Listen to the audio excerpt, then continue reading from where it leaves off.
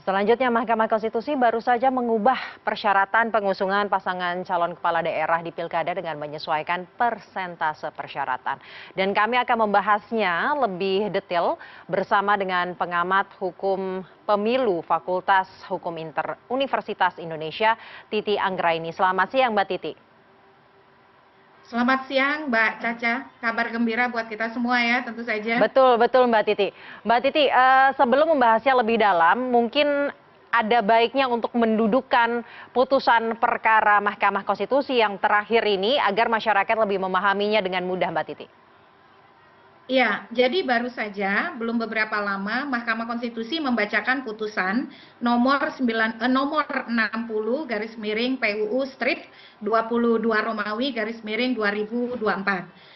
Putusan ini merupakan permohonan dari dua partai politik, yaitu Partai Buruh dan Partai Gelora. Pada dasarnya, Partai Buruh dan Partai Gelora itu meminta agar partai politik yang tidak punya kursi di DPRD juga bisa mencalonkan kandidat mereka di Pilkada. Ini merupakan pengujian terhadap Undang-Undang Pilkada, Undang-Undang Nomor 10 Tahun 2016, Pasal 40 terhadap Undang-Undang Dasar. Nah, di dalam putusannya ternyata Mahkamah Konstitusi mengabulkan sebagian dan di amar putusannya Mahkamah justru merekonstruksi syarat pencalonan.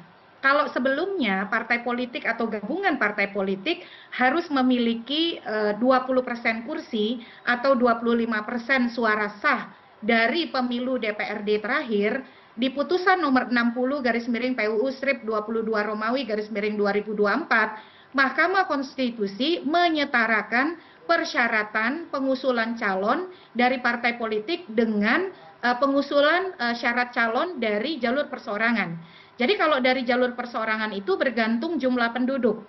Perhitungannya adalah kalau jumlah penduduk di suatu provinsi kurang dari 2 juta, maka persyaratannya adalah 10%. Kalau jumlah penduduknya 2 juta sampai 6 juta, persyaratannya 8,5%. Kalau jumlah penduduknya 6 juta sampai 12 juta, persyaratannya adalah 7,5%. Kalau di lebih dari 12 juta, maka persyaratannya adalah 6,5%. Dengan ilustrasi, contoh DKI Jakarta, penduduknya 10 juta lebih ya, berarti di antara range atau jarak 6 sampai 12 juta. Maka dengan putusan MK ini, partai politik atau gabungan partai politik bisa mengusulkan calon kalau di pemilu DPRD mereka mendapatkan suara 7,5%. Jadi rujukannya sekarang bukan lagi 20% kursi atau 25% suara sah, melainkan jumlah penduduk di suatu daerah, maka persentasenya mengikuti jumlah penduduk yang tadi saya sudah uraikan.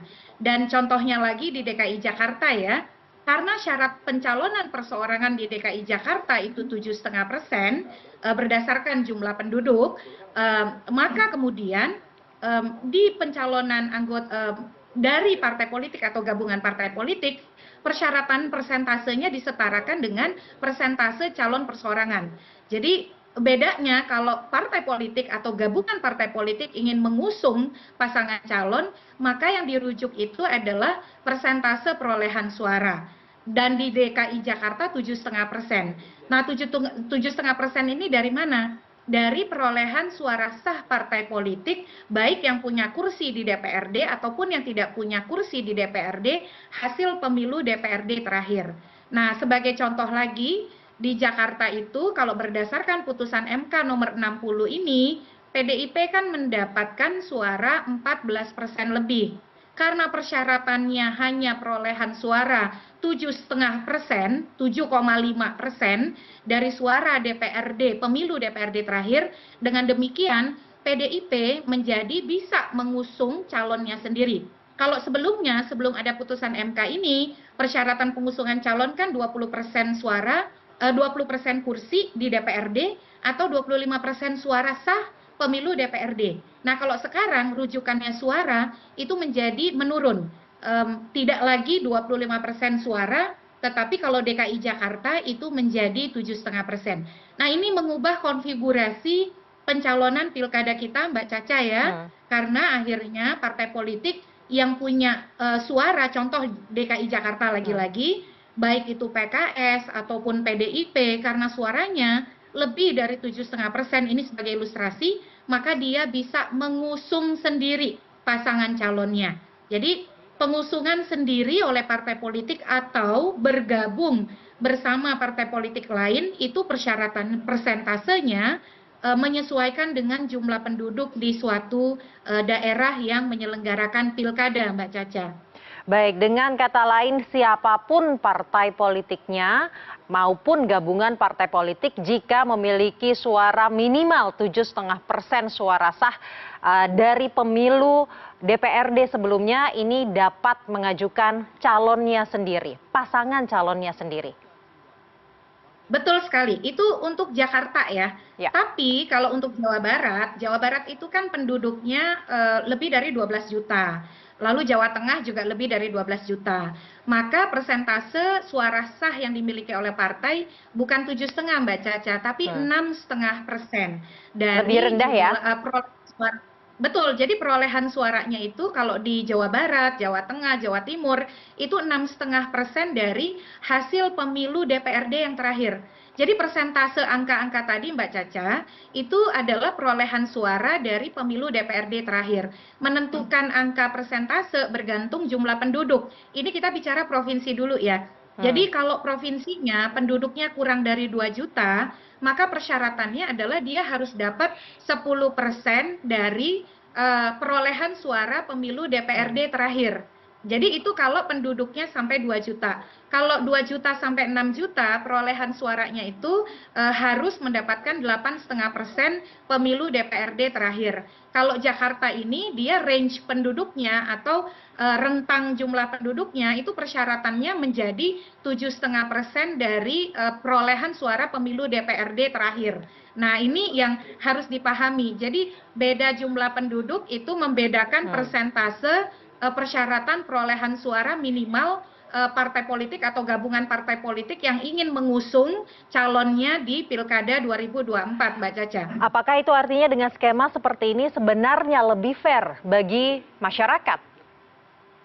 Iya, betul.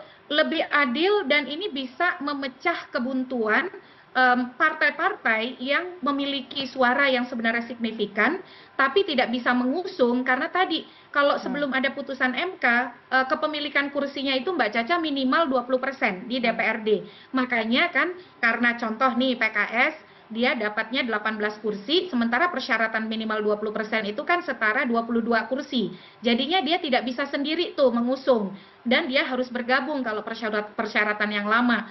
Nah, dengan persyaratan yang baru ini, Mbak Caca, jadi persentase itu bergantung jumlah penduduk dan persyaratannya menjadi perolehan suara. Karena perolehan suara itu kan bisa didapat oleh partai yang punya kursi di DPRD ataupun partai yang tidak punya kursi di DPRD. Jadi dia lebih adil dan lebih menawarkan keragaman politik. Contohnya nih, kalau 7,5% di DKI Jakarta, konfigurasinya bisa berkembang. Partai-partai itu yang sendiri-sendiri bisa mengusung calon itu menjadi banyak partai begitu. PKS, PDIP, Partai Golkar itu bisa mengusung calon karena perolehan suaranya di atas 7,5% dari pemilu DPRD yang terakhir. Jadi bagi saya ini lebih memberikan keadilan dan kesetaraan perlakuan serta lebih ramah bagi publik untuk mendapatkan keragaman calon.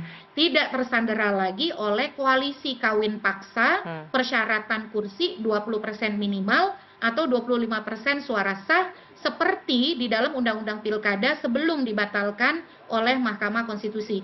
Kita apresiasi Mahkamah Konstitusi ini memberikan harapan baru dan yang paling penting Mbak Caca ini langsung berlaku di Pilkada 2024. Mengapa saya katakan langsung berlaku di Pilkada 2024? Karena putusan MK ini tidak menyebutkan penundaan keberlakuan.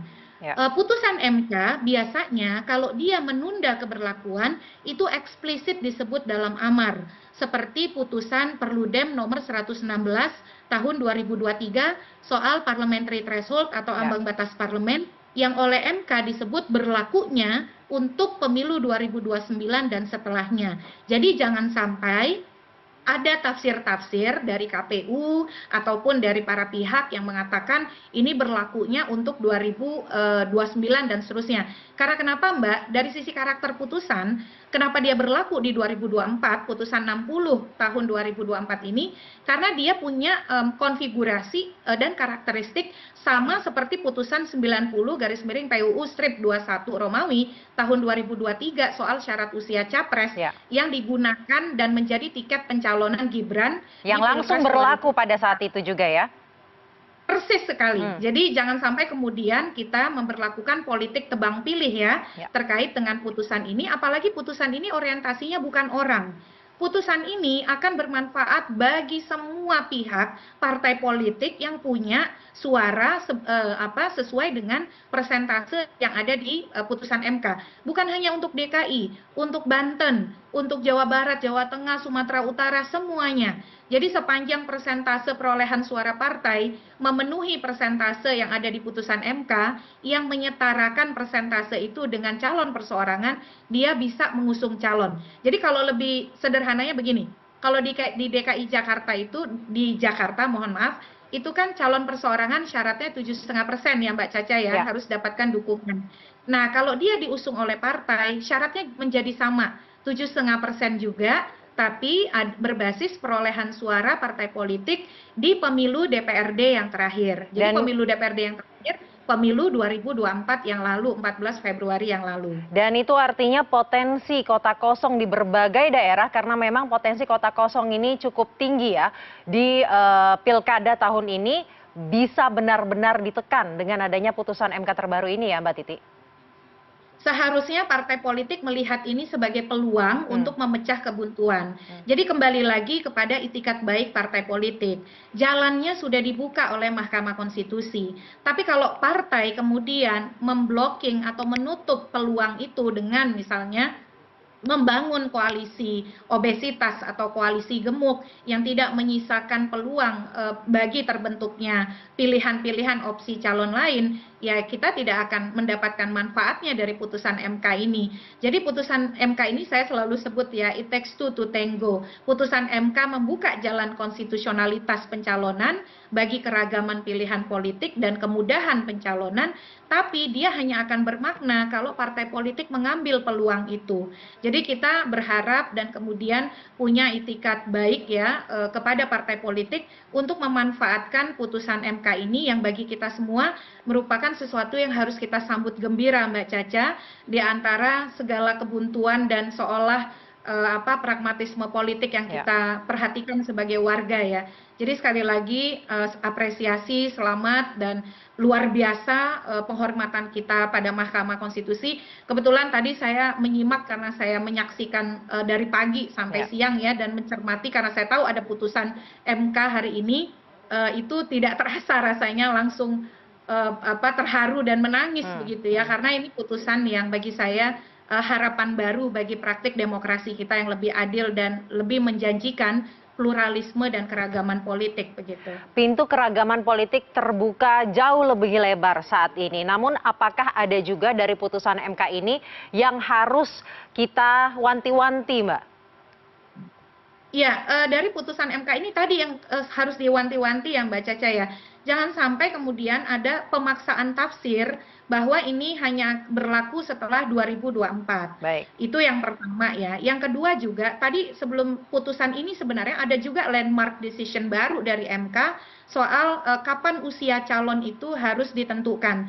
Memang di putusan sebelumnya 70 garis miring PUU strip 24 Romawi 2024, MK menolak permohonan dari Fahrul Rozi dan Anthony Lee ya, yang meminta penafsiran pemenuhan syarat usia itu saat ditetapkan sebagai pasangan calon oleh KPU.